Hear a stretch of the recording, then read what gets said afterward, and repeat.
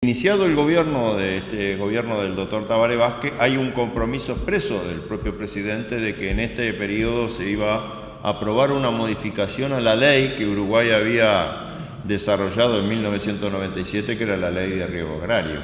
¿Y por qué? Bueno, en primer lugar porque estamos en una expansión agrícola y estamos también en la necesidad de expandir la calidad y la cantidad de nuestros productos que exportamos al mundo. Y el recurso agua es uno de los recursos fundamentales para poder utilizar mejor el suelo, poder utilizar mejor los recursos genéticos, tanto vegetales como animales, que se manejan en la producción en el Uruguay, y que desde el punto de vista de la afectación que hoy está teniendo el cambio climático global, también se inserta en una política que Uruguay ha asumido compromisos internacionales, que es mitigar y tratar de minimizar los impactos que el cambio climático global está generando sobre la producción y sobre las poblaciones. Entonces, de ahí la necesidad de esta ley de riego agrario, la que se enfoca fuertemente en un desafío que tienen los países hoy para utilizar mejor el agua y aprovechar mejor este recurso, que es la capacidad de hacer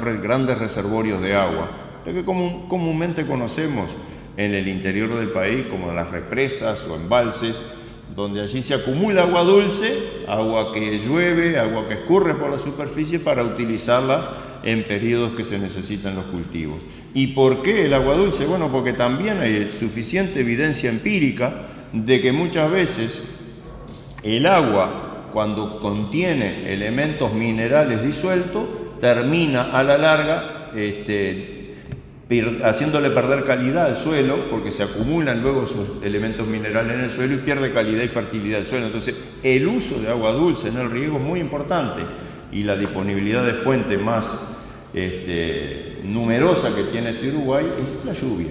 En Uruguay llueven de 1000 a 1300 milímetros año, de los cuales nosotros solamente hoy estamos reteniendo y captando a través de los embalses el 5% de esa cantidad que llueve. La idea es poder llegar a duplicar la cantidad de agua que retenemos para el uso en la producción, o sea, pasar del 5 al 10% de retención. Y esto se debe hacer justamente con la construcción de embalses, y para ello entonces la ley lo que promueve es regular de mejor manera, generar mecanismos de estímulos para la inversión y a su vez también generar mecanismos de protección del medio ambiente, que es un elemento hoy fuertemente demandado por la gente, el cuidar el ambiente y cuidar la calidad del agua, porque también estamos viendo que la intensificación productiva muchas veces trae el deterioro de la calidad de las cuencas hidrográficas. Entonces, por eso que teníamos este compromiso de mejorar la disponibilidad, el uso y la gestión del agua en todos sus términos, y en particular con la producción, con la Ley de Riego Agrario. Quienes se oponen a esto dicen que no se estudió el impacto ambiental que puede generar la creación de estos, como usted decía, embalses de agua. ¿Es así esto? A ver, en primer lugar, la evaluación de impacto ambiental se debe realizar ante los proyectos que se vayan a presentar para desarrollar. En segundo lugar, eso en forma de darle garantías a la población de que acá se está pensando, sí, justamente evaluar el impacto ambiental. La propia ley recoge de que todos los proyectos, es más, ya estaba vigente desde antes en este país por un decreto del gobierno, de que toda represa mayor a 100 hectáreas de espejo de agua tiene que presentarse para su autorización la evaluación de impacto ambiental. En este caso en particular, a su vez, la ley prevé un mecanismo que a futuro va a ser garantista de ello. ¿Por qué? Porque obliga al Estado a desarrollar lo que se llama la evaluación ambiental estratégica.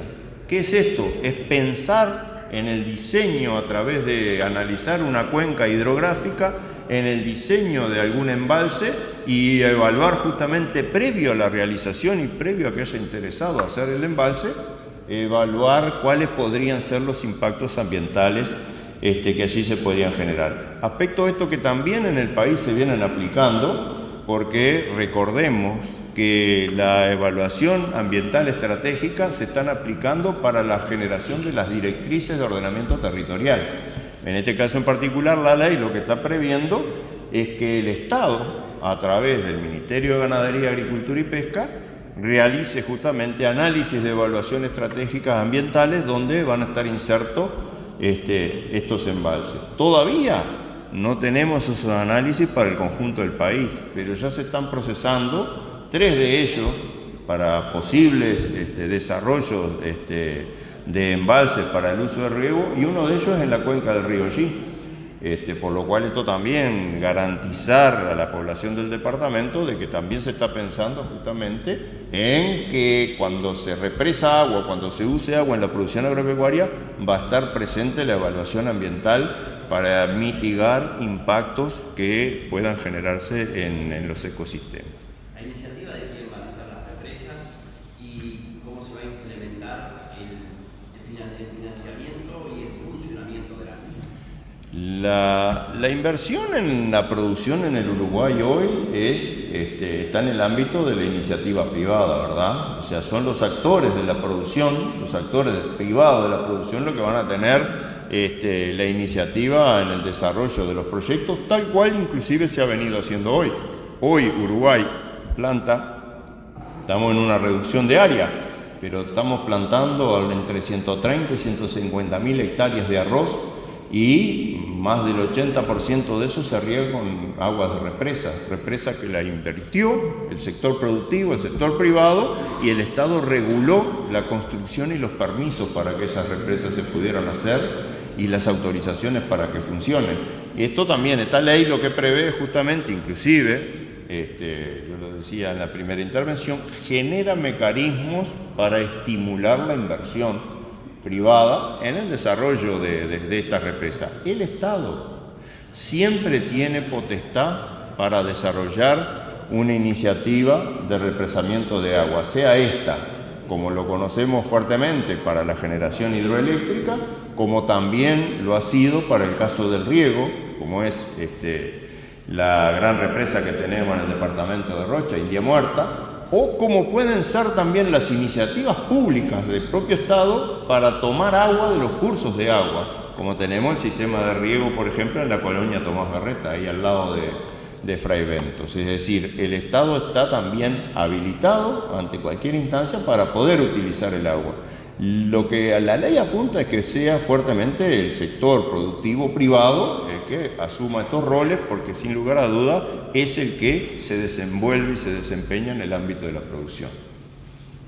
Quienes se oponen a la ley, por ahí comentan o cuestionan que el financiamiento sea de agentes privados que no estén vinculados directamente con los productores. Sí, primera cosa. Hoy, en la dinámica de desarrollo de los países, no se puede pensar, y más en países como el nuestro, como nuestro Uruguay, en que la inversión productiva y de desarrollo solamente la realice el Estado, sino la tienen que realizar también los actores privados. En el caso particular, la ley de riego lo que está promoviendo es que quienes inviertan en un sistema de riego sean los productores agropecuarios. Y la ley habilita que pueda haber también un socio que sea de fuera del sector que ayude o que participe en la inversión. ¿Por qué? Porque, bueno, lógicamente estas obras de infraestructura muchas veces requieren de capital que no lo tiene el sector productivo, y la posibilidad de asociarse con alguien que tiene ese recurso económico para realizar la obra es facilitadora. Lo que dice también la ley es que esos capitales tienen que ser nominativos, o sea, no pueden ser de sociedades anónimas, ni siquiera sociedades anónimas nacionales, o sea, tienen que ser nominativos, sean nacionales o extranjeros, tienen que ser nominativos. Y en segundo término, en caso que sean de fuera del sector, no podrán tener el control de la asociación de riego o de la sociedad de riego. ¿Qué significa esto? Que no pueden tener más de 50 habas parte del capital que integran en la producción y en el sistema riego. Entonces, por ese lado también se previó de quienes participen en el sentido de invertir para una obra de desarrollo, si lo hacen solamente con capital, no sean los que controlen luego el destino del uso de ese sistema.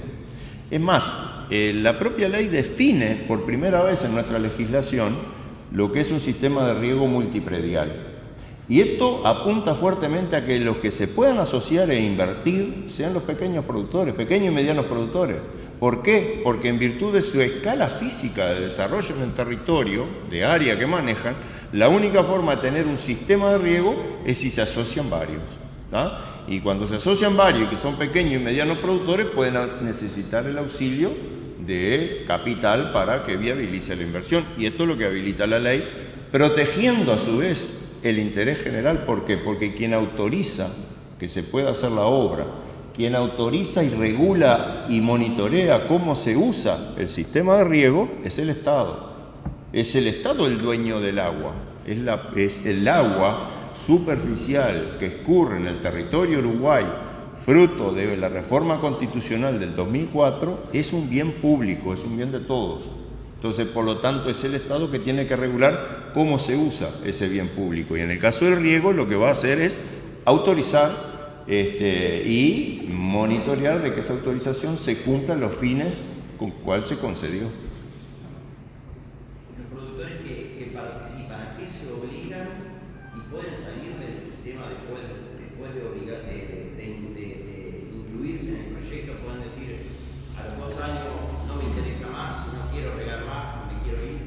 A ver, en primer lugar, la ley establece que la integración a los sistemas es vía contractual y consentida. O sea, si yo participo, tengo que dar mi consentimiento, ¿no? Y para lo actual registro un contrato que está registrado en el registro de traslaciones patrimoniales. ¿Qué pasa si yo mañana me quiero salir? Tengo una obligación con la inversión, y eso es otra de las novedades que tiene la ley, que es la generación de un gravamen sobre el padrón que integra el sistema, y ese gravamen, o sea, esa obligación, subsiste mientras esté en plazo de amortización de la obra, sea el propietario inicial o inclusive cambie de dueño. Esto fue un aporte muy importante que lo pudimos desarrollar en el articulado de la ley, fruto de la comparecencia en la Comisión de Ganadería del Senado, donde lo recibimos, donde se trabajó este proyecto, del catedrático de Derecho Agrario, del Instituto de Derecho Agrario, el doctor Guerra Daneri, que justamente nos ilustró en el sentido de que en Uruguay, desde que tenemos la ley de ordenamiento territorial, el derecho territorial es un derecho reconocido que está por encima del interés privado. ¿Por qué? Porque el derecho territorial es de interés público, así lo define la ley de ordenamiento territorial. Por lo cual entonces, a partir de ese derecho territorial es que se establece un gravamen que mientras haya un periodo de amortización de la obra, el que se obligó y consintió en el contrato a participar de ella, queda adentro de esa obra, plante o no plante, utilice el agua o no utilice el agua. Aparte, el agua en un sistema se puede usar de muchas formas. Se puede usar directamente para el riego, pero en el caso de los ganaderos se puede usar para el abrevadero del ganado. Está demostrado que si nosotros al ganado le hacemos tomar agua de mejor calidad, el ganado crece más rápido y gana más kilos de carne por día. En el caso que participen productores que estén insertos en el sistema por una realidad territorial, que sean tamberos, sin lugar a duda, el agua en el tambo es un elemento vital. Por vaca de ordeña se calcula que un tambo tiene que disponer de 100 litros diarios por vaca. Entonces, estas cuestiones son elementos que también se manejaron en el momento en el cual se concibió el compromiso que establecen quienes se integran en un sistema de riego y digamos, asienten con su firma y en forma contractual esa obligación. Quienes se oponen manejan que esto es una ley que privatiza el agua en el país. Sí, yo creo que ese es un elemento que nosotros tenemos que dejar absolutamente claro, de que acá no hay privatización de agua, que tampoco acá hay una norma que es inconstitucional, ¿no? Porque también, como se habla justamente de que el agua está protegida por el artículo 47 de la Constitución, ese artículo dice que todo aquello que tenga que ver con la gestión del agua necesita de la participación de la sociedad para que aporte su mirada y sus desafíos y sus intereses, en este caso la ley prevé todos esos aspectos. En primer lugar, todo proyecto de riego que se lleva adelante en el país está inserto en una cuenca hidrográfica, concepto que está en la Constitución de la República y que hoy se está aplicando en todas las normas de manejo hidrográfico en este país. Segundo, las cuencas hidrográficas y donde hay cuencas con uso de riego, existen lo que se llaman las comisiones, o comisiones de cuenca o comisiones de riego, donde allí participa la sociedad a través de diferentes representantes, ya sea de regantes, ya sea de sociedades agrarias, ya sea de grupos de productores o grupos ambientalistas, como están participando, por ejemplo, en la cuenca del río Santa Lucía. Es decir, hay ámbitos donde se discuten estos temas. El otro elemento es que la Constitución establece justamente que mientras se cumplan estas premisas, el Estado puede concesionar el uso del agua para la producción, no para el servicio de agua potable y saneamiento, que ese lo tiene que hacer estrictamente el Estado porque está establecido en el artículo 47. Pero también ese artículo dice aquellos elementos que no se oponen a los preceptos constitucionales pueden estar en concesión. Y lo que se hace justamente en el riego es otorgar una concesión. Por lo tanto, quien otorga una concesión está ejerciendo el derecho de poseedor, de dueño, ¿tá? Quien recibe la autorización simplemente está asumiendo el rol de usuario, no de propietario. Por lo tanto, no hay privatización. Acá lo que se habilita a las sociedades agrarias de riego o a las asociaciones agrarias de riego es a utilizar el agua, no a apropiarse de ella. La apropiación del agua en este país no se puede hacer salvo la que es de pluviales, que es la que se puede acumular en una caja de agua cuando juntamos el agua en los techos, o la que se junta en campaña, ¿verdad? Además, el agua es pública, es un bien público y el Estado tiene la obligación de protegerlo. Más allá de que sea positivo o negativo, ¿va a haber un efecto sobre flora y fauna? A ver, siempre cuando vos haces una intervención territorial, hay efectos sobre la flora, la fauna y el hábitat, ¿verdad?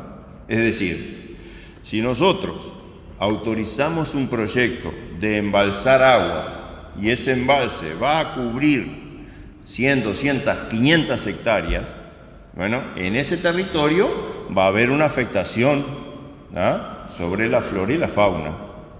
Basta ver lo que pasa en las represas nuestras del Río Negro.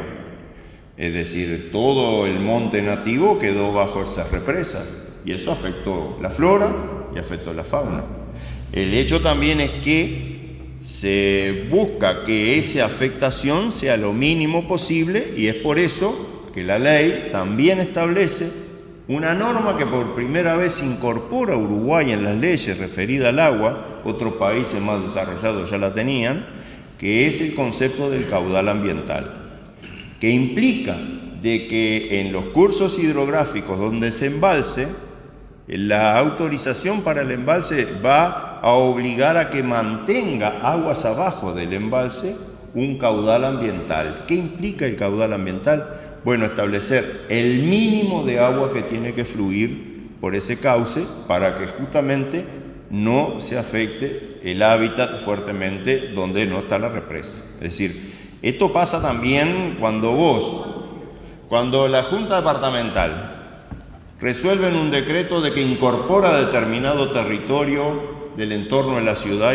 y lo habilita para la urbanización. La flora y la fauna se afectan, ¿verdad? ¿Qué es lo que tiene que manejar la Junta Departamental? Y seguramente va a manejar la evaluación de impacto. ¿Tá? Yo creo que si hoy día llegara a la Junta Departamental de Durazno una solicitud de fraccionamiento en las costas del río Xi, con toda la experiencia que tienen de las inundaciones, van a poner el grito en el cielo. Esa es una de las primeras evaluaciones. Ahora, eso siempre pasa cuando vos trabajás en el territorio. Hay una afectación. Lo que tenemos que tratar de evaluar es que esa afectación tenga el mínimo impacto. ¿Tá?